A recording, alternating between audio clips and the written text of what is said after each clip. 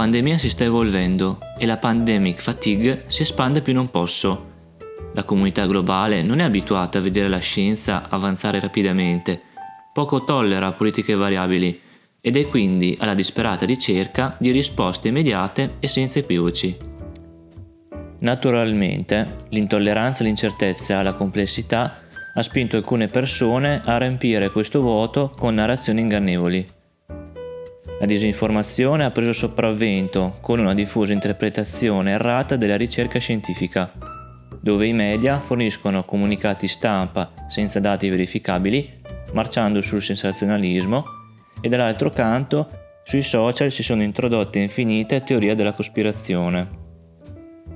Di conseguenza è stato difficile per il pubblico trovare fonti affidabili di informazioni e linee guida su Covid-19. In questo video mi soffermerò sulle principali false dicotomie riguardanti Covid-19. Ma prima di tutto, cos'è una falsa dicotomia? La falsa dicotomia è un errore logico che implica la presentazione di due fatti, opzioni opposte o punti di vista come se fossero le uniche possibilità. In realtà esistono molti altri fatti, punti di vista e opzioni nel mezzo che possono essere rappresentati come un gradiente di sfumature di grigio tra gli estremi del bianco e nero. Quindi vediamo insieme le 5 principali false dicotomie. Errore 1. Si è detto che salute ed economia sono su poli opposti, ma non è così. Gli esperti di sanità pubblica ed economia concordano sul fatto che sostenere finanziariamente i lavoratori e le imprese è la chiave per affrontare la pandemia. Strategie sensate di salute pubblica che riducono la diffusione del virus riducono i danni sanitari ed economici della pandemia. Errore 2. La discussione sulle misure di risposta ha contrapposto il lockdown indefinito alla riapertura illimitata, ma è necessaria una risposta più sfumata. Sebbene nessun singolo intervento sia un proiettile d'argento, abbiamo molti strumenti per ridurre ulteriormente il rischio.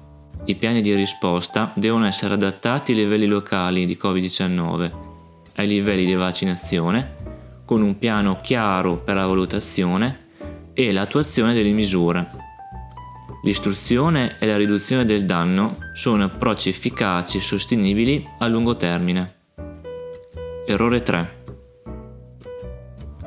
La dicotomia tra malattia sintomatica e asintomatica è semplicistica.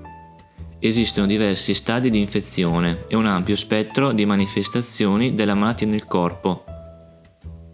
Circa 4 persone su 5 infette sviluppano sintomi di Covid-19. I casi sono sostanzialmente diffusi dalle persone infette, sia quando hanno i sintomi che quando non li hanno. Affidarsi esclusivamente a strategie basate sui sintomi per controllare la diffusione di SARS-CoV-2 sembra insufficiente e sono necessari altri interventi. Errore 4. Maschere e protezioni per il viso sono efficaci strumenti di prevenzione, ma non sono privi di difetti. Sebbene indossare la maschera sia un intervento complesso, esistono prove coerenti che dimostrano la loro efficacia nel ridurre la diffusione del virus. Le politiche devono essere comunicate in modo chiaro e includere aspetti come gli scenari in cui sono più utili, come gli spazi affollati e quelli interni. È altrettanto importante indossare maschere ben aderenti e puntare agli sforzi di formazione continua per aumentarne l'utilizzo. Errore 5. La reinfezione da SARS-CoV-2 è rara ma si verifica. La reinfezione può essere confusa con la persistenza di componenti del virus nel corpo dopo l'infezione o con la riattivazione del virus nascosto in alcuni organi del corpo. Differenziare questi fenomeni non è facile. L'evidenza supporta la protezione dalla reinfezione per almeno 6-12 mesi dopo un primo episodio di infezione. Si prevede che le reinfezioni si verifichino solo in alcuni individui, probabilmente causate da un'immunità affievolita o insufficiente.